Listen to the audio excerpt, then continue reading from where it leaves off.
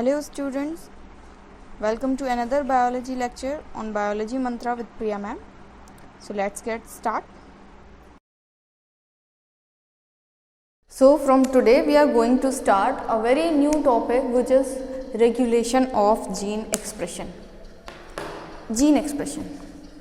हम लोग अभी तक जो प्रोटीन सिंथेसिस की बात कर रहे थे, मॉलिक्यूलर बायोलॉजी का जो हमने सेंट्रल डोग्मा पढ़ा था। एक्चुअली सेंट्रल डोग्मा में हम लोगों ने पढ़ा क्या था कि जो ऑर्गेनिजम्स होते हैं उनकी बॉडी के जो जीन्स हैं, ये पूरा का पूरा जेनेटिक्स हम लोग किस बेसिस पर डिस्कवर करते हैं कि हमारी बॉडी में जो जीनोम है, जो जीनोटाइप है, जो जीन्स हैं हमारे, वही हमारे फिनोटाइपिक कैरेक्टर्स को बनाते हैं। सो अल्टीमेटली वो हमारे फिनोटाइपिक कैरेक्टर्स को बनाते कैसे हैं, या तो प्रोटीन के फॉर्म में एक्सप्रेस करके, then that protein form the enzymes, या फिर किसी और प्रोसेस को रेगुलेट करके अल्टीमेटली ऐसे ही हमारे सारे कैरेक्टर शो होते हैं।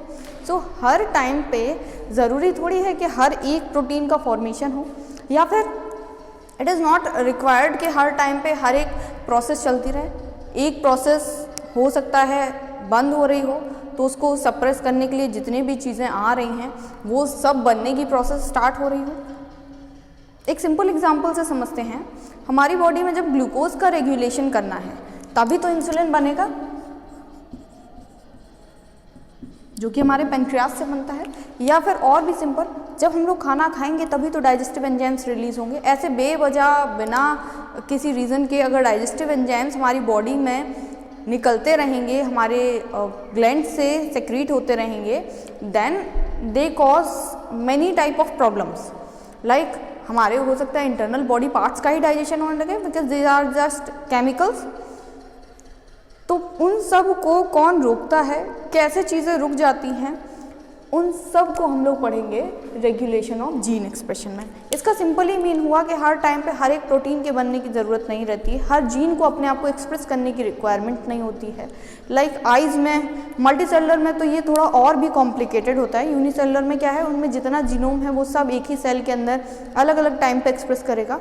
बट मल्टी सेलुलर्स में, लाइक ह्यूमन या कोई भी अदर मल्टी सेलुलर को हम लोग ले लेते हैं, तो हम लोगों में क्या होता है कि जो अलग अलग सेल्स हैं वो एक ही टाइम पर एक ही जीनोम से अलग अलग रिस्पॉन्सेस शो कर रही हैं। जैसे हमारी बॉडी में 23 पेयर्स ऑफ क्रोमोसोम्स होते हैं, सो वो पूरे 23 पेयर्स और उनका हर एक जीन, हर एक बॉडी पार्ट में, हर एक सेल में कॉम्पोजिशन वही है, बट हर एक चीज़ अपने आप को एक्सप्रेस नहीं करेगी। सो कौन उन सारी चीज़ों को रेगुलेट रखता है, कैसे उनका रेगुलेशन होता है, इसको समझाने के लिए मल्टी सेल्यूलर्स में जीन बैटरी मॉडल और यूनिसेलुलर्स में, स्पेशली प्रोकैरियोट्स में, ओपेरॉन मॉडल और ओपेरॉन कॉन्सेप्ट दिया गया था। ओपेरॉन कॉन्सेप्ट ई कोलाई पर दिया गया था, और ओपेरॉन में भी, ओपेरॉन का मतलब होता है स्ट्रक्चरल जीन्स और प्लस उन्हीं को रेगुलेट करने वाले जीन। मतलब डीएनए का वो सेगमेंट, वो फंक्शनल सेगमेंट जिसमें कुछ स्ट्रक्चरल जीन्स होते हैं प्लस उनको रेगुलेट करने वाले रेगुलेटर जीन होते हैं, उन दोनों का कॉम्पोजिशन, उसको बोलते हैं हम लोग operon. So operon is just a fragment of our genome, sorry not our, it is the genome of bacteria or the prokaryotic cell. So operon means structural plus regulator gene, sorry it is regulator. So structural plus regulator gene is equal to the operon. Operon can be inducible and can be repressible. Like repressible operon में आ जाता है जो feedback inhibition के through चीज़ें रुक जाती हैं, tryptophan operon. It is not in the syllabus of class 12th, but फिर भी एक बार इसके बारे में पढ़ लेते हैं। जैसे जैसे हमारी बॉडी में ट्रिप्टोफेन अमीनो एसिड बनना स्टार्ट कर जाता है, वो जो ट्रिप्टोफेन है जब वो बन जाता है बॉडी में, अब उसकी रिक्वायरमेंट नहीं है, it is in the enough amount, तो ट्रिप्टोफेन जाता है और पूरी प्रोसेस को स्टॉप करा के आता है और स्विच ऑफ करा के आता है।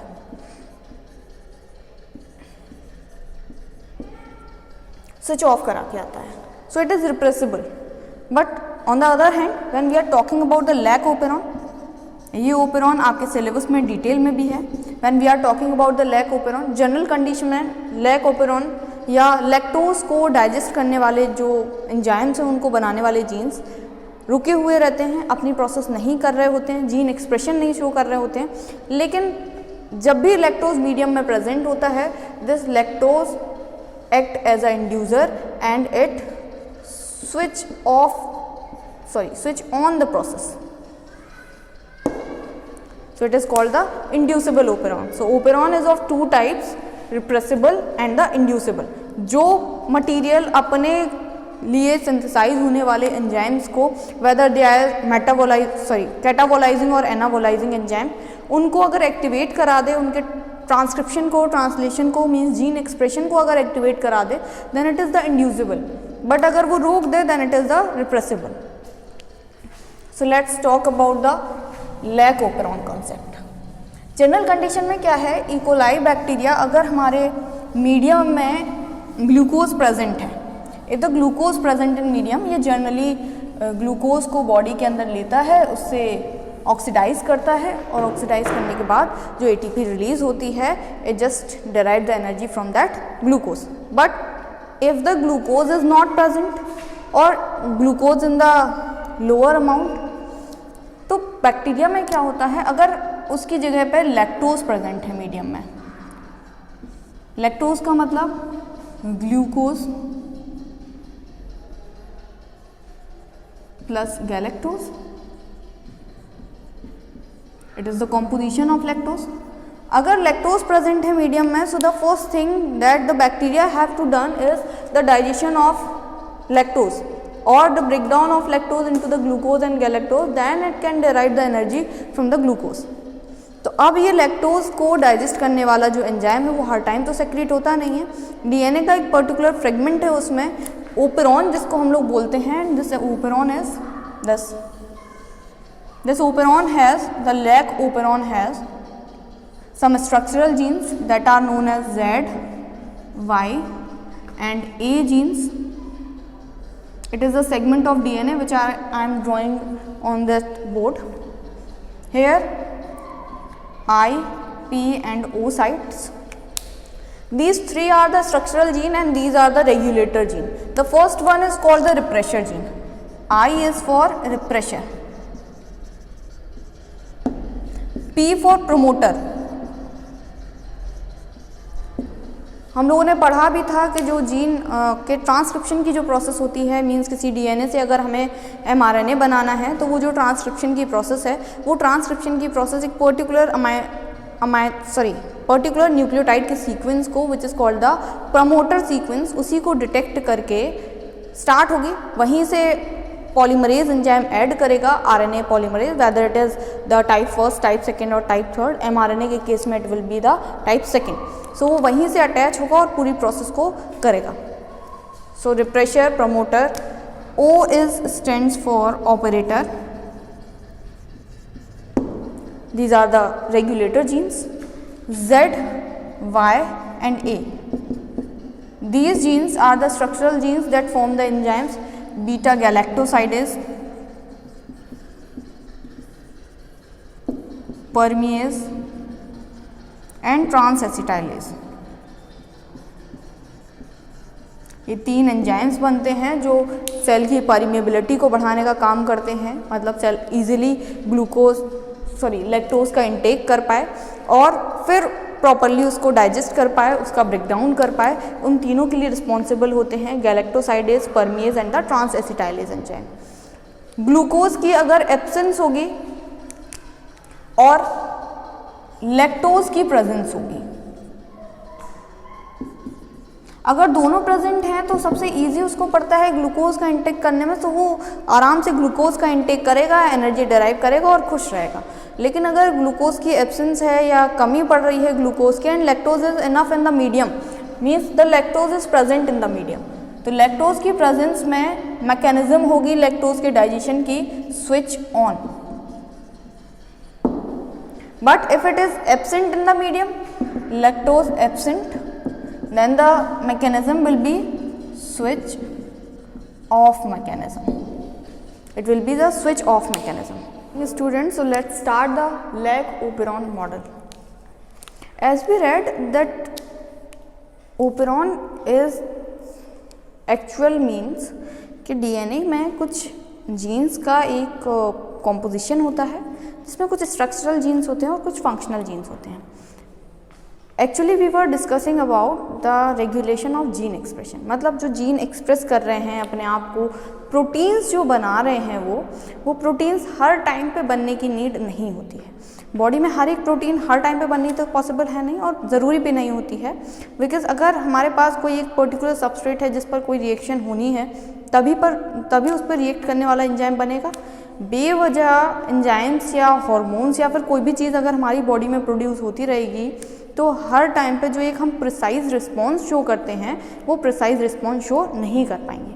लाइकवाइज हम लोग पढ़ रहे थे प्रोकैरियोट्स में जीन एक्सप्रेशन का रेगुलेशन और ई कोलाई में जो लैक ओपेरॉन मॉडल था. लैक ओपेरॉन मॉडल लैक्टोज के डाइजेशन के लिए जो एंजाइम्स का सिंथेसिस होता है, लैक्टोज की टोटल मेटाबॉलिज्म के लिए जो एंजाइम्स का सिंथेसिस होता है, उनके कब उनको एक्सप्रेस करना है और कब उनको सप्रेस रहना है, उस पूरे के पूरे मैकेनिज्म को हम लोग पढ़ते हैं लैक ओपेरॉन मॉडल में. जैसा हम लोगों ने पढ़ा था कि ओपेरॉन का मतलब होता है स्ट्रक्चरल प्लस उसको रेगुलेट करने वाले regulator gene. So lac operon में हमारे पास रेगुलेटर जीन के फॉर्म में 3 जीन थे which are called the I means repressor, P for promoter and O for operator. And the structural genes are Z, Y and A. These are structural genes that will form the proteins that will metabolize lactose. So सबसे पहले क्या होता है, अगर medium में lactose की absence है, lactose absent है मीडियम में.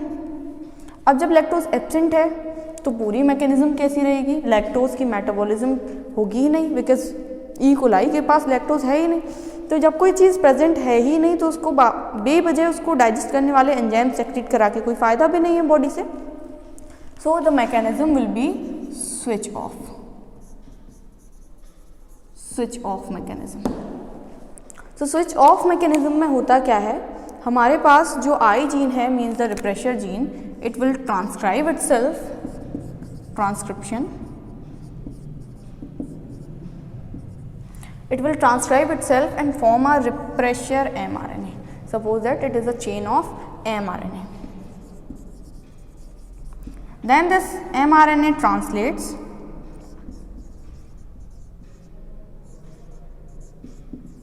translation की process हुई and after translation it will form a repressor protein. So it is repressor protein.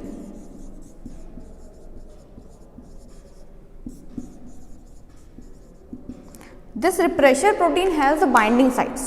इसके पास बाइंडिंग साइट होती हैं and it binds to the operator. Operator से जाके ये बाइंड कर गया, binds to the operator.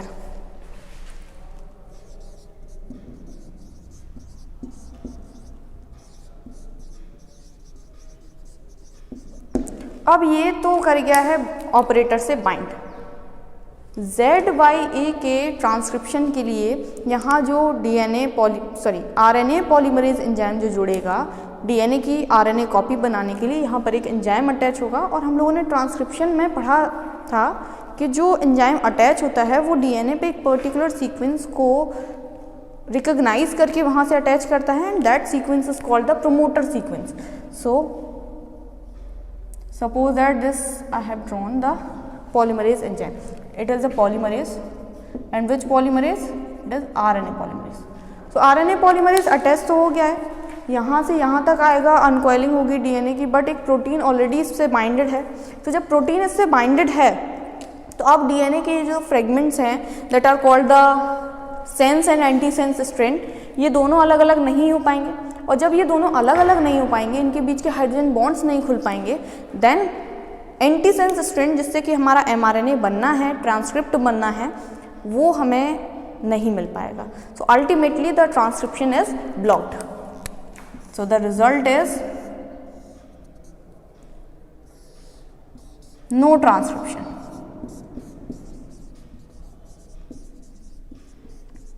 और जब ट्रांसक्रिप्शन नहीं हुआ तो अल्टीमेटली पूरा का पूरा जो जीन का एक्सप्रेशन था, जो जीन अपने आप को एक्सप्रेस कर रहा था इन फॉर्म ऑफ प्रोटीन, इनसे कोई भी प्रोटीन नहीं बनेगा, क्योंकि जब तक मैसेंजर आरएनए मैसेज को लेकर नहीं जाएगा, टीआरएनए नहीं डिसाइड कर पाएंगे कि किस सीक्वेंस में हमें किस किस अमाइनो एसिड से को जोड़ना है और कैसे पॉलीपेप्टाइड बॉन्ड बनाना है। So ultimately the whole process will stop. तो it is the switch off mechanism. But suppose if the lactose is present in the medium, अगर लैक्टोज प्रेजेंट है तो थोड़े टाइम बाद ही लैक्टोज को डाइजेस्ट करने वाले एंजाइम्स प्रोड्यूस होने लगते हैं, लैक्टोज की मेटाबॉलिज्म स्टार्ट हो जाती है।